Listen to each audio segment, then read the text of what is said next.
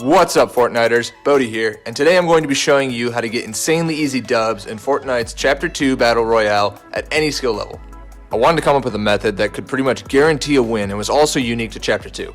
For this, I played 15 games and won 7 of them using this method. As someone coming into this season winning about 10 to 15% of their matches, it was absolutely nutty to jump to almost a 50% win rate.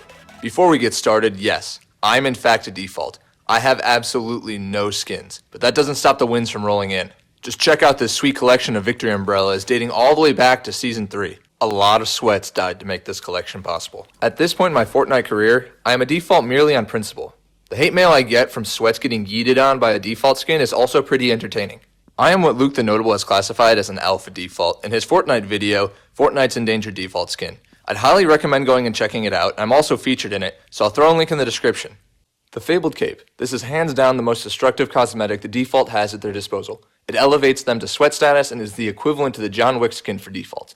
Aside from this tutorial and the default dance, it is the only thing in Fortnite that can increase your chances of winning. Luckily, I'll have all 3, so if my math is correct, I should be guaranteed the win. Let's jump into the pro strat that will guarantee you at least 1 win or your money back. That's a better deal in the Epic Cosmetics store, but if you do plan on buying cosmetics, however, use someone's supporter creator code because I don't have one.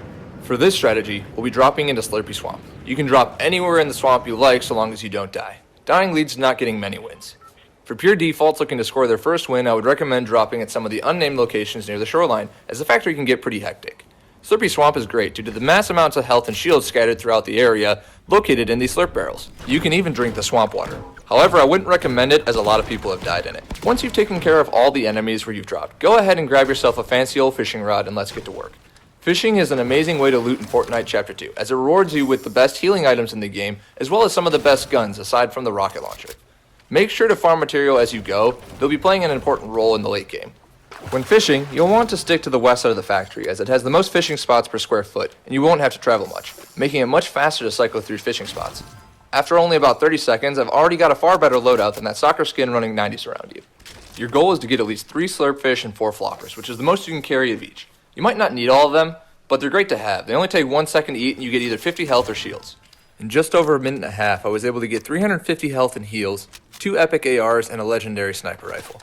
My peaceful fishing experience was rudely interrupted when this Ripley began firing at me.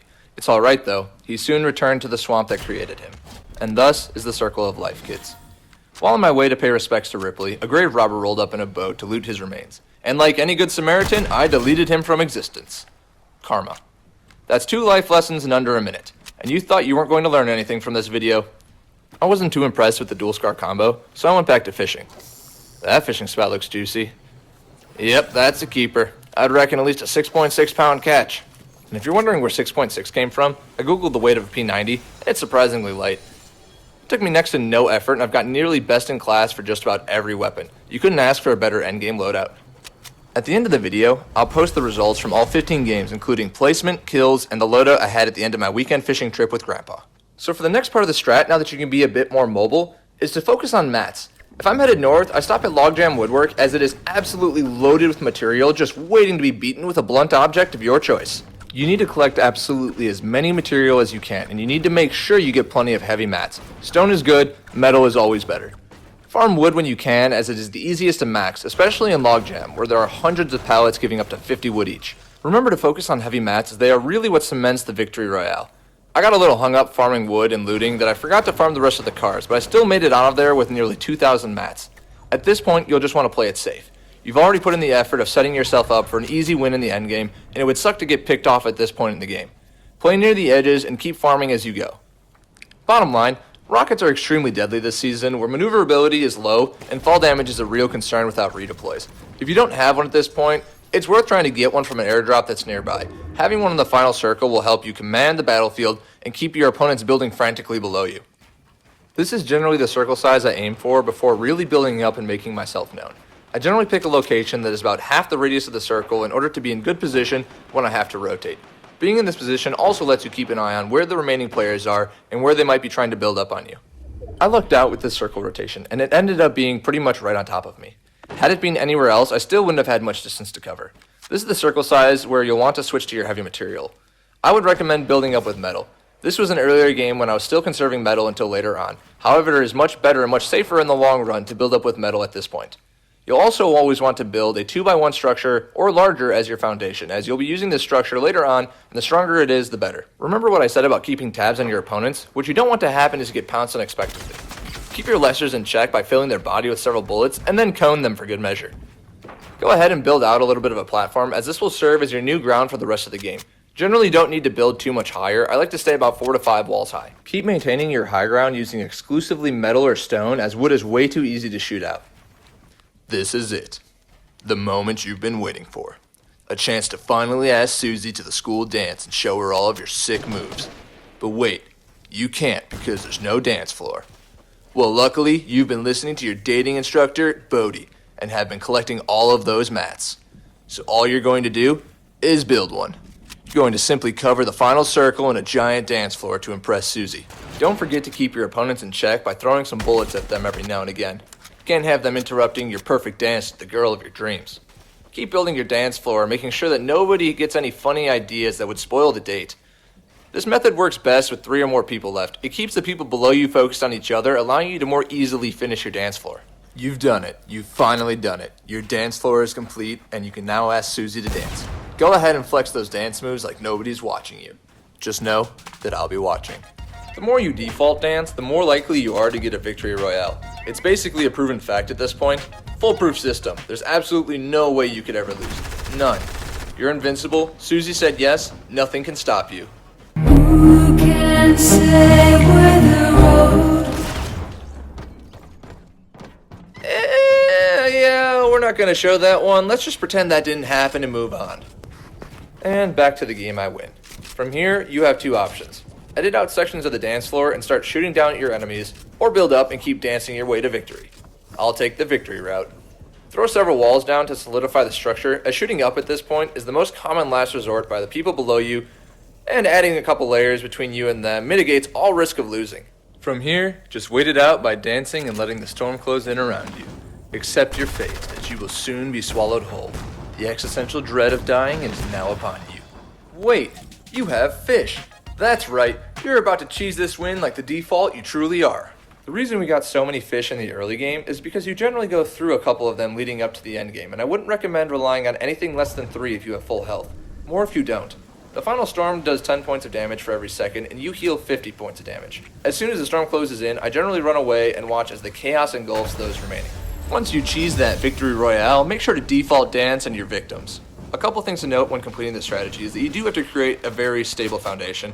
As you saw in some of the game footage, I did fall to my death. Once or twice.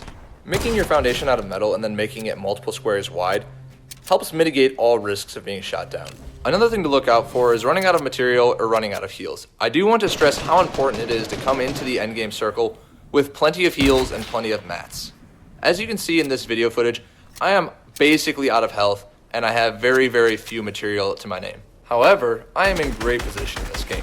If I had as many material and heals as I did in the previous game now, I would have easily have won this game as well.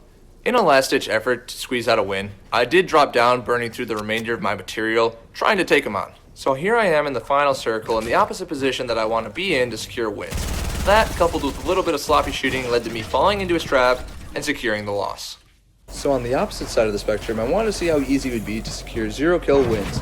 So in this game, I started out the final circle with 3k mats and 3 stacks of heals, which is far more than I normally go into the circle with. During the final build battle, I had burned through most of my mats, trying to stay away from the other player. In the end, I ended up spamming a few builds and then hiding underneath this massive structure we had created in order to burn down the clock. Eventually he found me, but all I had to do was keep spamming builds long enough that eventually the storm would close in around both of us. So long as we were both in the storm, I knew that I could out-heal him. So when the time came, I turned and I ran to the sunset. Sliding down a mountain, I ate my way to victory. I made sure to default dance on him, because I knew that loss had to hurt. As I said at the beginning of the game, I would post the outcome of all 15 games. Here I have listed my placement, the number of kills I got, and the loadout I had leaving Slurpy Swamp. And all of my loadouts are pretty much on par with the game footage you just saw. I never once left Slurpy Swamp without at least one epic gun. There were only 2 matches out of the 15 that I didn't score in the top 10, with most of them being 1st, 2nd, or 3rd place. My playstyle for these 15 games wasn't too aggressive since I was going for wins. However, you can still see that I averaged about 3 kills per game. You can cater the strategy to match your own personal playstyle. However, if you have the patience to farm all the material and go fishing, I can guarantee you some pretty easy wins. And defending against rockets really isn't the worst thing. All you really have to do is time your jumps with the sound of the rockets so that you're placing the floor as the rocket's destroying the floor from underneath you. Another tip while preparing for the endgame. The storm won't always be in your favor, and it will rotate away from you. This is why Slurpy Swamp is great. Hang out near the sewage drains and you won't take any damage for the first 2 circles. Don't be afraid to hang out in the storm and keep farming. Plus, you're getting so many floppers and slurpfish that it doesn't really matter how much damage you take. Keep farming, and when you're ready to head out, grab a boat and be on your way. Keep fishing along the way to mitigate as much damage as possible while you're traveling through the storm. On the off chance you do run out of mats but you have plenty of heals, improvise for the win. Again, the main goal is simply to out-heal the other player when the storm closes. So if you have to leave the circle a little early to get away, do it. Let the other player sweat trying to find you in their remaining 10 seconds of life. If you liked this video or you thought it was helpful, please like and subscribe to let me know. I put a lot of work into this video and I seriously hope you enjoyed it. I plan on making content semi-regularly, and your support will increase the consistency of my posts. Leave a comment in the description about your thoughts on the video and what else you'd like to see. I'll see you in the next one. Your favorite default, signing off.